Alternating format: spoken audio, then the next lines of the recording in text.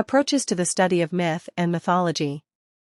The importance of studying myth to provide a key to a human society is a matter of historical record. In the middle of the 19th century, for instance, a newly appointed British governor of New Zealand, Sir George Grey, was confronted by the problem of how to come to terms with the Maori, who were hostile to the British. He learned their language, but that proved insufficient for an understanding of the way in which they reasoned and argued. In order to be able to conduct negotiations satisfactorily, he found it necessary to study the Maori's mythology, to which they made frequent reference.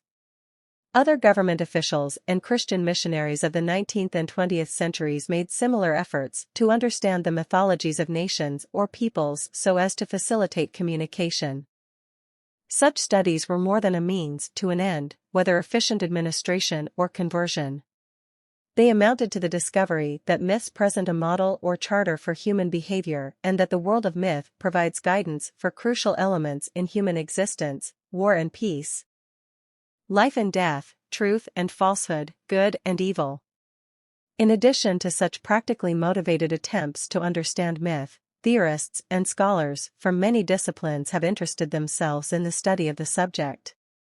A close study of myth has developed in the West, especially since the 18th century. Much of its material has come from the study of the Greek and Roman classics, from which it has also derived some of its methods of interpretation. The growth of philosophy in ancient Greece furthered allegorical interpretations of myth, i.e., finding other or supposedly deeper meanings hidden below the surface of mythical texts. Such meanings were usually seen as involving natural phenomena or human values. Related to this was a tendency toward rationalism, especially when those who studied myths employed false etymologies. Rationalism in this context connotes the scrutiny of myths in such a way as to make sense of the statements contained in them without taking literally their references to gods, monsters, or the supernatural.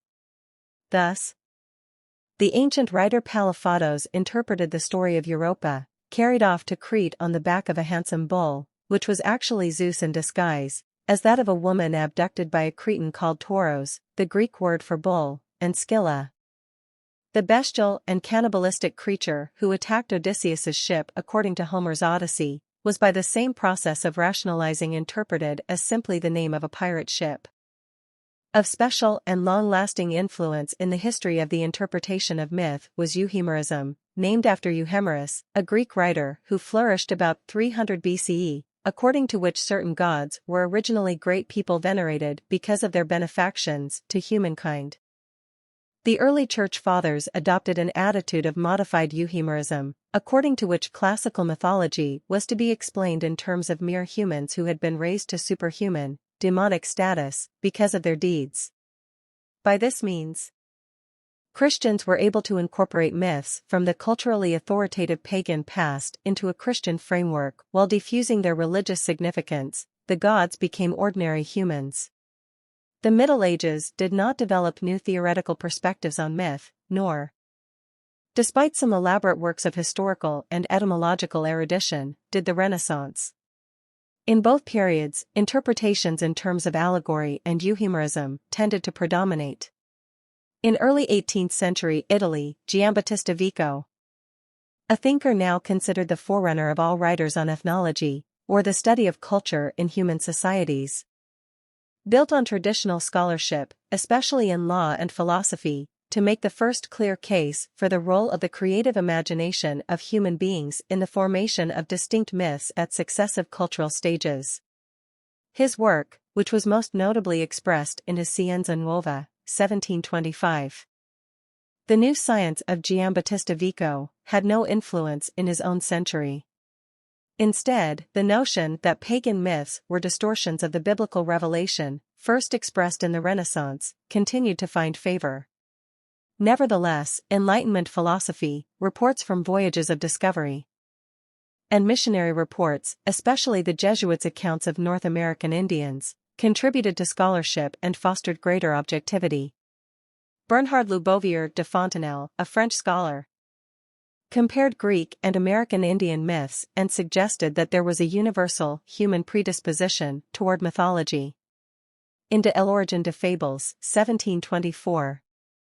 On the origin of fables, he attributed the absurdities, as he saw them, of myths, to the fact that the stories grew up among an earlier human society. About 1800, the Romantics' growing fascination with language, the postulation of an Indo-European language family, the study of Sanskrit, and the growth of comparative studies, especially in history and philology, were all part of a trend that included the study of myth.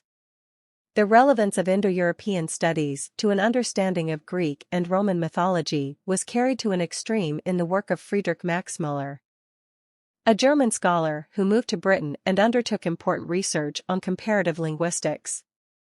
In his view, expressed in such works as Comparative Mythology, 1856, the mythology of the original Indo-European peoples had consisted of allegorical stories about the workings of nature, in particular such features as the sky, the sun, and the dawn.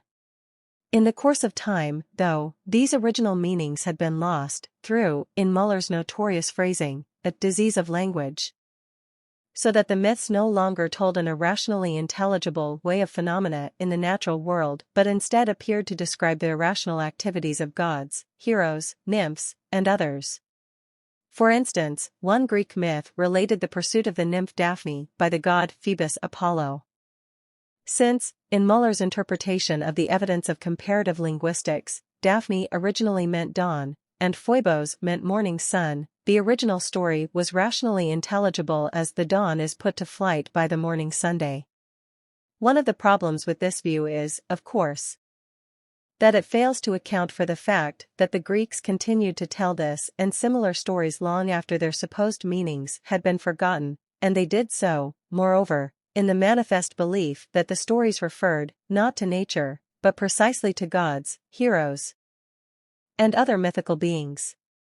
Interest in myth was greatly stimulated in Germany by Friedrich von Schelling's philosophy of mythology, which argued that myth was a form of expression, characteristic of a particular stage in human development, through which humans imagine the absolute, for Schelling an all-embracing unity in which all differences are reconciled. Scholarly interest in myth continued into the 20th century. Many scholars adopted a psychological approach because of interest aroused by the theories of Sigmund Freud. Subsequently, new approaches in sociology and anthropology continued to encourage the study of myth.